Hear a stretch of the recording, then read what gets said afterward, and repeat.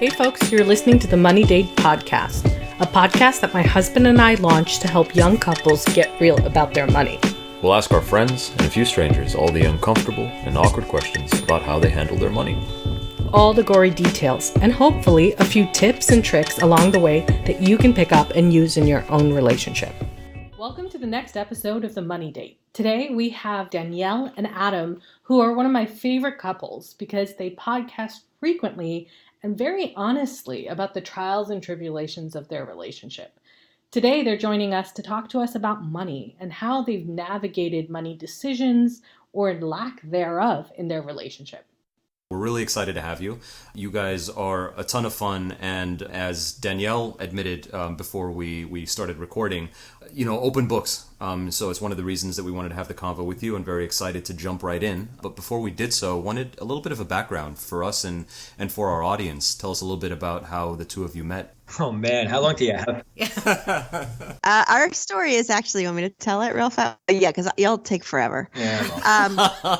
We met actually in high school when we were both juniors in high school, and Adam and I went to prep schools actually right down the street from each other. And he was kind of the known bad boy at his prep school. And my friend, for some reason, thought I would like him and set us up. We dated for like 2 weeks before I realized he was like the worst human being on the planet. Oh, God. Then,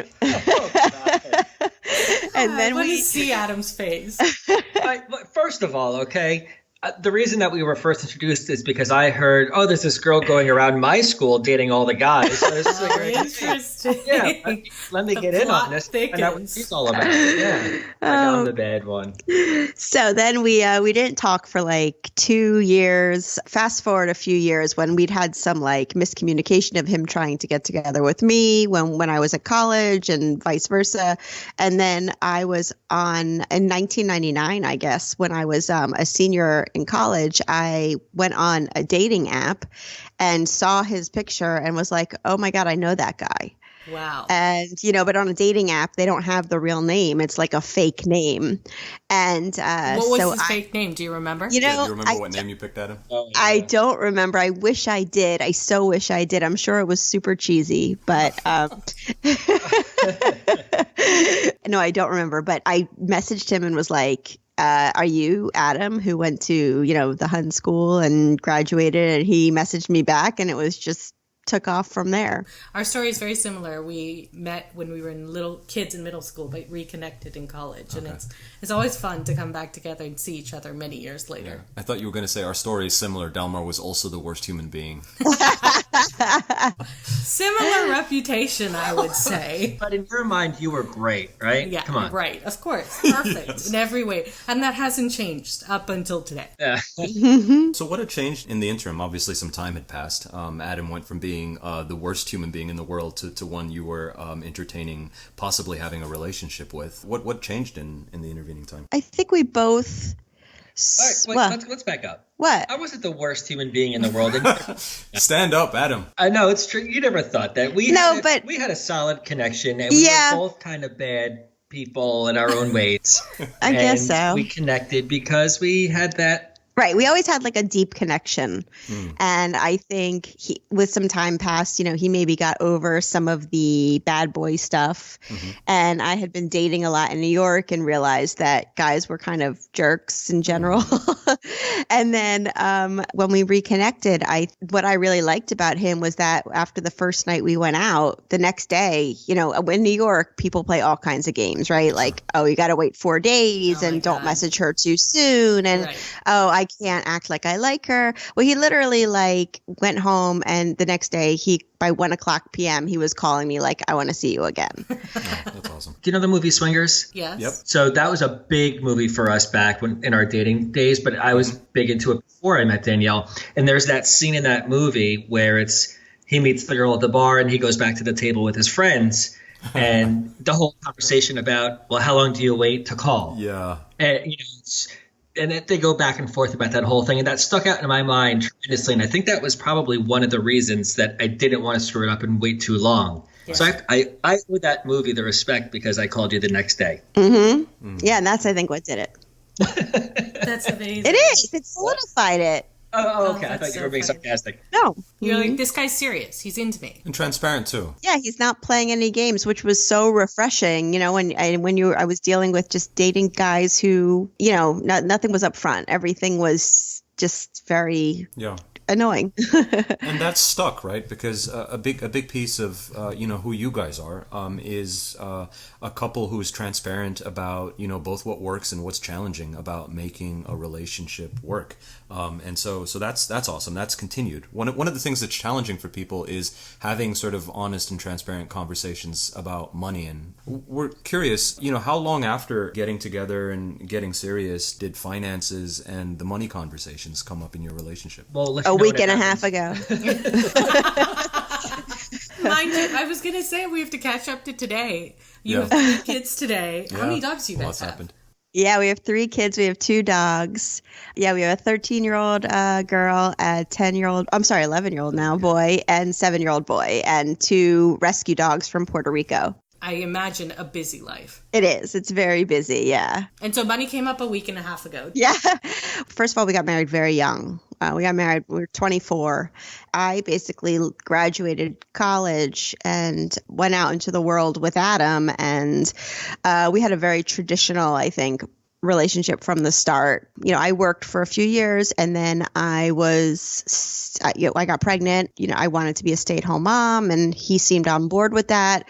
So we sort of just took over the roles, very, very traditional roles of me staying home and him going to work, and sort of had those separate departments in the relationship, which at the time seemed to be working, probably was not. Adam, what do you think? We made all of our major decisions when we were very young, kind of like Danielle just said. We were married very young.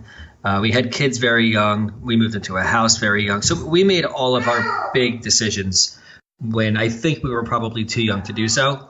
On top of that, we're both very irresponsible big spenders. It's always been that way.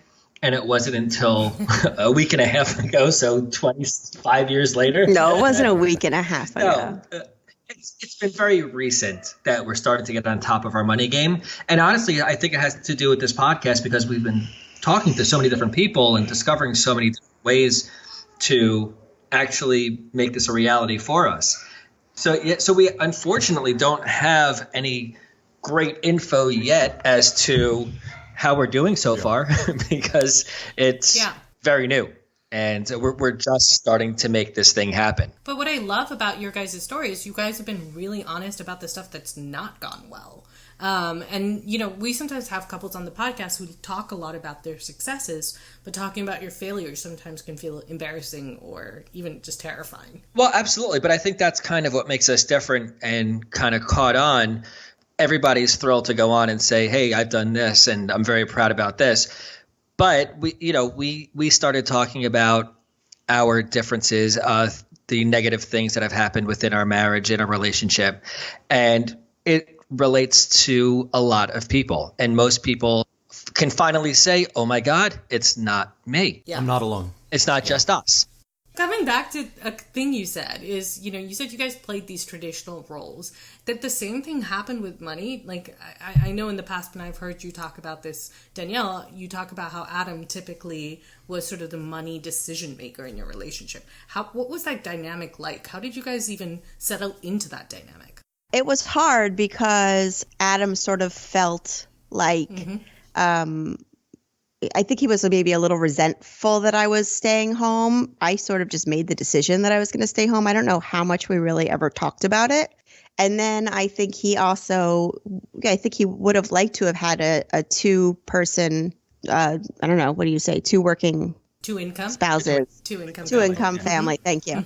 I think he really did want to make big purchases. He really wanted to buy a big house. He wanted nice cars. I was a little bit more comfortable with staying in a smaller house and, not having maybe the luxury items. So I could stay home and everything. And I was very comfortable like that. But I think he wanted more. So it was hard because I was sort of willing to settle and he wasn't. So that made it difficult. Working through the podcast together has made you pay attention or put a spotlight on your finances again when it comes to figuring this out or figuring this out differently. What's the first thing you did and how did that go? What's the first thing we did? That's a good question. I think probably just realizing how much more we were spending than we really could be spending. And also realizing that, we really want to do this podcast and stuff, but the first year or so, you don't make much money. Yeah. So if we're really going to do it, and then we can't, we haven't been going out to dinner as much. We used to go out once, twice, 3 times a week sometimes to dinner.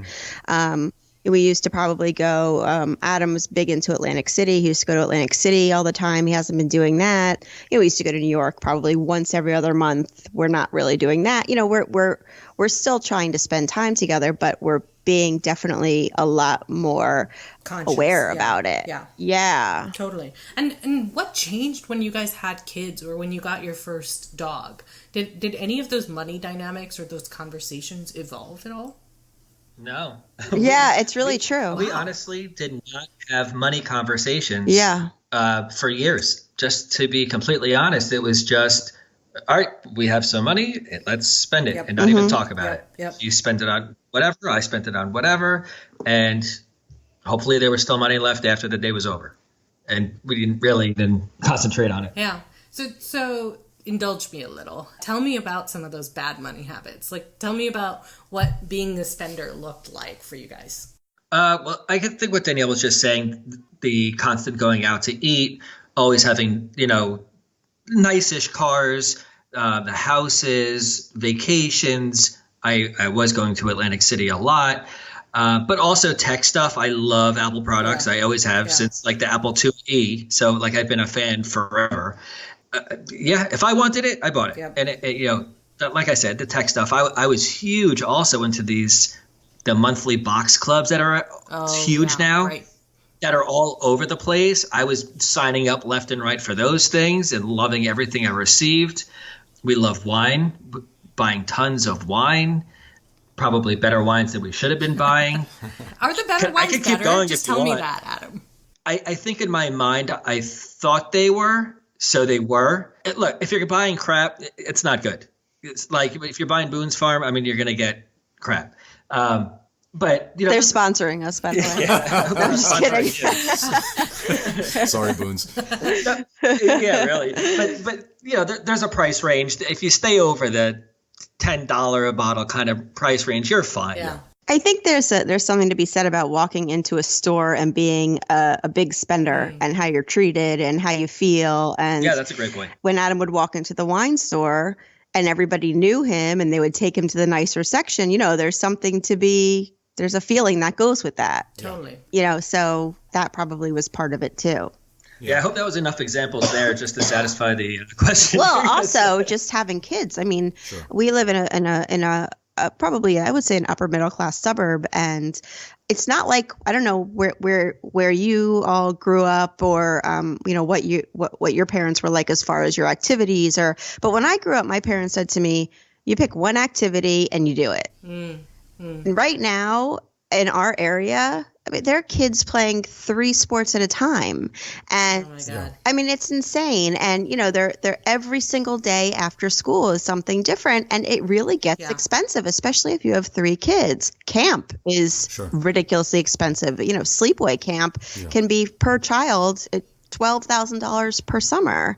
Oh I know. God. And if you have 3 kids, you can't offer to one and then not offer to the others. Hunger Games this. One kid gets to go based on the rest Exactly. of the year. You sort of hope, you're sort of like, so you don't want to go to sleepaway camp, right? Like, it's everything. Having kids is super expensive, and you look around you and you're like, well, I'm not going to be the parent whose kid is sitting home Monday through Friday, Totally. And I'm not going outside and teaching them soccer myself. So it's hard.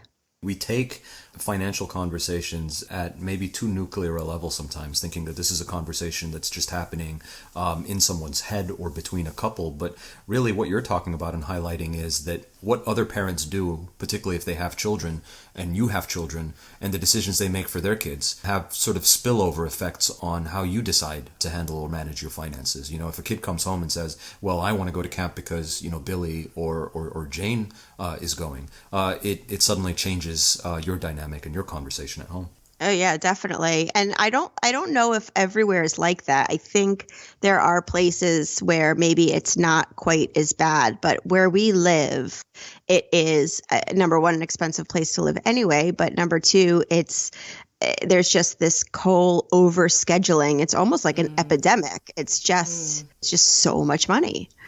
Yeah. This is exactly why parenting terrifies me. It's stories like these I hear and I'm like, oh my gosh. Or even the mom phenomenon that you hear a lot about, of moms who work versus moms who stay home, and the battle that ensues between.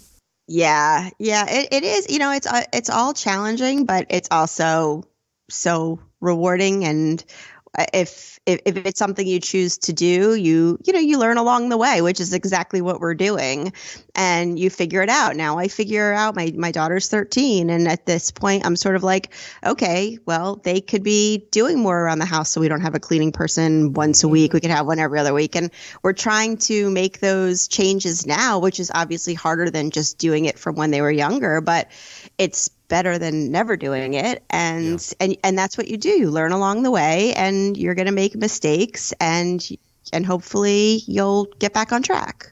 You're talking about change there, and there are some changes that we're comfortable making, but you talked about all the habits, spending habits that the both of you have had to change. Of those changes, are there any that were very frightening? What were they, and how did you sort of negotiate those challenges and that fear? Or the ones that you guys didn't agree on even. Yeah. The scariest thing for me was the prospect of going back to work. That was really scary because for me, raising three kids is a full-time job, and everyone always says, oh, as they get older, you don't need to be home as much. Well, I totally disagree. For me and for my situation, I feel like as my kids are getting older, they need me more and more. Probably when they were younger, in some ways, it was easier to drop them off at school and just pick them up and know that they were okay. And now it's like a whole different ball game. So the podcast in some ways, hopefully, is, we're doing this and making some money, and it's giving us some different options. But for me to go back to have a full-time job now, that was really, really scary for me. How about for you, Adam? I pretty much, like I said, for the most part, have cut out most of the extraneous? What's the word? I don't even... Extraneous purchases? Yeah. Is that the right word? Extraneous purchases? Extra, right? Yeah. Plus. I'm not good with the words, but I try. So the extra stuff, like I said before, the wines, those boxes, the going out to eat, going to Atlantic City, all of those extra things, I've pretty much for almost a year now cut out. And it hurt at first, but I'm at the point now where I don't even miss them. I miss the time that Danielle and I spent together when we were able to go out and have, dinners alone and be out alone. But I feel the same way about us doing this podcast because we get to be alone doing this together. So it kind of compensates for, instead of going out to dinner and spending $150 or whatever it could cost to, go out for the weekend. But also, I think the New York City trips that we did a lot, the vacations, we haven't done a vacation in quite some time. So for me, it's the extra stuff. It's getting rid of all of that stuff. And that's what we've done so far. We still have a ways to go with our, daily, everyday spending agreements and budgeting. So we're not quite there yet, but that's kind of the next step for us. Yeah, totally. So, we could come back to you with what happened after that. I will. Follow-up conversation scheduled. Sure. I'm curious, as you guys are diving into some of these money things, like, what is the motivation behind getting your shit together, so to speak? First of all, we have like I said, a 13-year-old. We have about 4 more years to think about how the hell we're going to pay for college. Yeah. And we think she's going to go. Well, it's kind of a summer camp where we're like, you don't really want to go to college. Right. No. So that really is that, boy, that really give you, some motivation to see where the hell is the money going to come from. So that, and maybe it's an overall sort of societal thing now too, but I think for a little while we were stuff. We want stuff. We love stuff, the nicest, newest. Now it's more, like Adam said about the podcast, sometimes when you start something that you really love and you redirect your energy and you redirect your attention, there's a happiness, I think, that it's bringing us, and a satisfaction that it's bringing us, that is replacing what those purchases we're making, that we're feeling more fulfillment doing this, and that we don't need all that other stuff anymore. I relate so strongly to that, Danielle, because I felt very similarly starting Zeta and like focusing on building a company. All of a sudden I was like, I don't care about all the extra stuff. I just like want to go home and spend time with my family when I have that time.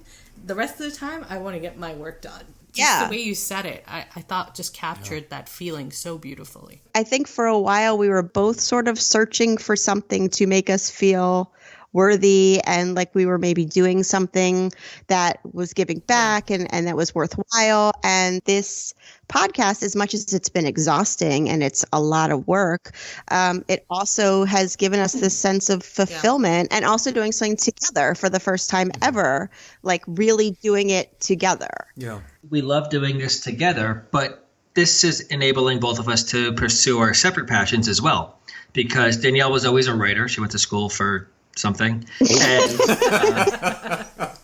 that you definitely know. Yeah.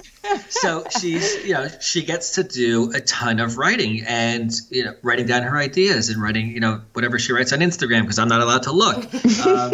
Oh, you should. It's quite good. I sneak in once in a while. But so she has that too. So when we're not together, she has that to work on by herself. When I'm doing my stuff without her, I love doing the website stuff. I love doing the tech stuff. I love doing the editing. So this is enabling me to play and build a website and have fun with it, knowing that it's going to a good purpose and a good cause for us for the podcast. Coming back a little bit to that thing that Danielle said early on, when you made the decision to become a single income couple, and Adam, she mentioned you felt a little bit resentful about that. How do you guys handle that today? I think I was always a little bit resentful of Danielle staying home, but if she was working, it would be a very different situation for our household and more of we got to split the responsibilities of raising the kids. Right. Yeah. And I don't know if I should be doing that. Danielle does a much better job than I do or ever would. Well, I don't know that you would have done that. That's the difference. I don't know that you would have stepped up and done it. You feel like you would have owned it all, Danielle? Yeah, I think so. I think that happens a lot. Mm-hmm. We just did this episode on the mental load. I think that a lot of times the moms pick up a lot of the slack at home, even when they're working. What you're saying when it's like if I was working, I don't know that it wouldn't have been both working, and you say that even that they both work, or them and their spouse work. Typically, they still carry a broad load of raising the kids. Yeah, right. And I think that I think that's true. Mm-hmm. Right. And you would not be able to handle that. No. And it would be a mess. It would have. I really think for us, as much as it would have benefited us financially to have a 2-income family, I also think a lot of the things that we've dealt with and we've gone through, me being home was sort of the only way to deal with it. I think had I been working on top of that, it might have broken us. I hear that completely. And we're still here, so something worked. Dahmer's just got a photo of you guys in the background on Instagram, and he's just staring at the photo. It almost says inspiration to as he talks through. Yeah, no, it's a good photo, but it's the caption I'm actually reading. It's one that you put up a couple of days ago, Danielle, and you're talking about how you wish that you'd known or that someone had sort of advised the both of you to remember to laugh at each other and at life, especially when things are hard, not take things so damn seriously. And one of the challenges is, you sort of come upon these sort of nuggets of wisdom a little late sometimes, and hopefully not too late to be able to make a change. And I'm wondering if we applied that to sort of your finances and finances generally. Is there anything that you know and have observed today that sort of going back you wish you knew then? Anything financially that we could look back and say, huh. Right. Yeah, everything. All of it? Pretty much. But no, I'm not going to say all of it, because we've had some really great times together spending too much money. Let's say it's a vacation. Yeah. But that's not even the stuff I would say. I would say we made a very, there was a very big, the biggest mistake was we bought a very big house. Well, that's where I was going to. I was saying there's some that I wouldn't go back and change. Right. Like doing certain vacations we did together, because I think they cost too much money, but they were so important for us together that I wouldn't change it. But the things that I would are houses and, the cars and, and all of the stuff that also was just a waste. I would have liked to tell myself there's time. You don't need to prove it all now. Yeah. You know, there's You don't time. have to have it all. We did make a lot of mistakes, and but also, so we moved into this huge house, and that was a really big issue for us. We were very. I didn't want to move. Adam wanted to move, and as much as it caused a lot of issues for us financially, we also made some of our best friends moving into that house. You know, and they'll be lifelong friends. So And that's why I did it. right. I didn't know that. Well done, Adam. Listen, Yes. I'm always looking out for the best Right. We interest just of refer our to you as Oracle. friendships. Like, is that a better name? Right, that exactly. your dating Honestly, profile like you're name? getting to know me very well. Probably. No, it was Oracle Stud. Manly. Right. Oracle stud. Actually, that's not a bad name. Thinking about your kids, like, as you know, now that you have the hindsight and the perspective, and you have the ability to impart some of that onto your kids, is there anything that you guys are doing or even thinking about in terms of prepping and setting them up for success with their finances in the future? Besides signing to marry rich. No, I'm just kidding. That doesn't hurt. I must say that we do have very kind and generous kids. You know, we have kids who they're good souls, like they're good human beings. I think they like nice stuff, but I don't think that they're motivated by it. What I'm learning is teach by doing, not by speaking. And they've seen us for 13, 11, and 7 years spending like crazy, and whatever we want, we bought, and we didn't even think about it. And at the same time, say to them, you need to save your money. You need to not buy this thing. So it was kind of not fair of us to teach them in that way. So I think one of the really great reasons that we need to get on top of our game is so that they can see we're really living the talk. And for a little bit of added inspiration, you know, as I advise couples on their finances, the number one thing they talk about is wanting to get their shit together because they've seen their parents not have their stuff together, or they've been motivated by their parents to get things together because their parents did a great job. So it's really, it's a massive impact that kids have in terms of exactly what you're saying, Adam, seeing how their parents did things and learning from that. It's hard because you have so many lessons you want to give your kids, and you're trying to figure out, you don't want to be lecturing them all day long about everything. So it's so hard to pick and to choose. And for us, it's constantly, you know, be nice, be kind, and so I guess sometimes I maybe we slack in some of the other departments because that's what I'm so concentrating on. And maybe that's what we're better at. Maybe I'm just not good at teaching the finance stuff, but I can say, I know how to say, you know, this is how you be compassionate and this is how you generous and whatever. But so it's hard because, you know, there's so much you want to teach your kids, but you also don't want to be constantly lecturing them and constantly reprimanding, and so it's a tough balance. No, I imagine it is, and it is. Aditi brings up the point because we've noticed just in those conversations that both poor and sort of good habits, money or otherwise, are things that seem to be passed down, and so they come up almost organically in the conversations we've had, where, you know, someone will say, I do this thing, and it's just like, that's fantastic, that's remarkable, where did you pick that up? It's actually one of the hardest things and hardest lessons to learn from a personal finance perspective. And sometimes the story will be as simple as, oh, well, mom or dad always did this one thing, and I don't think they were teaching me as much as just doing that thing and buying. It's even the way we fight, though. Like, Dummer and I, we always joke about this. Dummer came from a family whose parents just never fought in front of their kids. Yeah. Whereas my parents were the complete opposite. Yeah. And so, you know, I'm much more comfortable being like, wait, what did you just say? Whereas he's like, babe, shh. Yeah, confrontation much? People around, dogs around. Don't talk about this. So, totally different vibes. Danielle and Adam, we wanted to jump into the honeymoon game. So before we started recording today... Game. What is it called? Should we call it something fancy? We'll like call it whatever you like. The money honey game. The honey money game. Man, you're learning. Oh, thank you, Adam. Adam and I are clearly a team. Apart from the minimal running shoes, which I think I lost you on the barefoot shoes. But other than that, oh, God. That's all right. Adam's shoes aren't much better, I have to say. What do you mean? So that might be a topic we talk about in just a minute, because one of the questions is, what's a purchase that your partner has made in the last year that you're still trying to understand? But we'll jump into the first question first, which is, Danielle, we'll start with you. If Adam won $1 million today, what do you think he'd do with the money?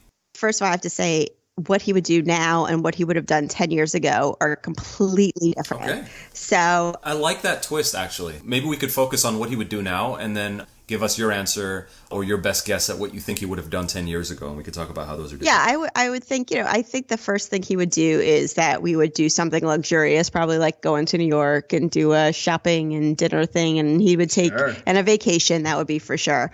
But now I think he would probably do some really smart things with the money. I think he would probably, pay off the mortgage and maybe put something away for a rainy day and actually, take some time and actually think about what the right things to do were. So I would be a lot more confident now with what he would do with $1 million than 10 years ago. From the worst person in the world to super smart. You know what my answer would be? Tell me. I think today my answer would be nothing for 6 months. Really? You would sit on it for 6 months? Sit for 6 months and think. Well, while you were sitting, I'd be out shopping. So That's right. That's exactly what I have. Is that what you wrote? It's kind of. Well, no, what I wrote was she would take the money and run and go save dogs. Oh, yeah, that might be good. Yeah, I would. I would save dogs. Oh, the Venn diagram of Aditi and Danielle just got very interesting because Aditi's sort of end goal, like end state, is rescuing all the dogs in the world. Yeah, my $1 million is a dog sanctuary. Oh, me too. But after the shopping spree and the... Well, at first I have to save my kids, I guess, and then I can save my So, yes. Set the kids up and then spend the rest on the dogs. Makes sense. Yes. Cool. Yeah. So that was my first answer. Okay. Yeah. Mm-hmm. No, those are really good. Second question is, what's one WTF purchase that your partner has made in the last year that you don't understand? Let's go with you first this time, Adam. Babe, you make WTF sound so formal. Okay, what's one what the fuck purchase? Thank you. There's the R version. Ironically enough, Oh, boy. Danielle does this probably weekly. Oh, shit. Oh, is it food shopping? Danielle doesn't buy too many things that I look at and I'm like, really? Like, what are you doing? It's really when I see the charge come up on the phone that she just food shopped, and then I come home and there's no food in the house, and I'm like, what is that purchase? It's a magician. Organic food is really expensive. It's true. Yeah. So I don't get it once in the last year. I get it like 52 times a year. Yeah. Some husbands would be like, honey, why were you at Neiman Marcus again? He's like, did you go to Wegmans again? It's always the largest bill after rent or your mortgage. I don't know if this was the last year. It might have been the last 3 years, but it really sticks out in my mind. So I need to talk about it. Let's lay it out there. I would come home like Adam said, he's a tech guy. You don't have to talk about it. Just mention it. What? You want to talk about it. What do I want to talk about? I don't know. You said you really want to talk. Just no, mention it and move on. Okay, I need to say it though. So I come home one day and we have like beautiful TVs all over the house, flat screen TVs with, we have the Sonos, all kinds of stuff. So I come home one day and I walk in my family room and I don't know, must have been like a 48-inch TV is now off the wall and there's some monstrosity hanging on the wall. And I look at him like, our other TV was perfectly okay. And then I see like 2 more boxes sitting there of TVs. Oh no. So he's like, they were having a 2-for-1 special, which I knew was a lie, number one. He basically was replacing all our totally fine, working, beautiful TVs with new, a little better. Okay, fine. And I was like, what the fuck? Like, really? And I was pissed. I was really upset because number one, he didn't consult me about it. And it wasn't even just one TV. It was like 3. So it really, so that boggled my mind. Any defense here, Adam? Yes, I do have a defense because I always have a defense. We had a TV in the basement that came with the house that we bought that our son used to hook up to his game systems, either the Xbox, PlayStation, or whatever. And that TV went out. It stopped working. Literally one of those big, heavy box TVs. Oh, God, I don't miss those. Right. So I said, okay, we have to replace that. So instead of replacing that, let's take the TV in the family room, put that downstairs, and replace the room TV with a much bigger, better, awesomer one. And see my rationale? It makes a lot of sense. I'm following you 100%. Son could have gotten a crappy $150 TV, Very true. and that would have totally fine. He would not have cared. But that's not how the story goes. Okay. So this is a perfect segue into the next question, which is complete the following sentence. When it comes to money, one thing we cannot agree on is blank. All right. You go.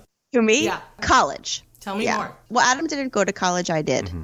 I come from a family where college is a really big deal. It just is, it's not an option. You go.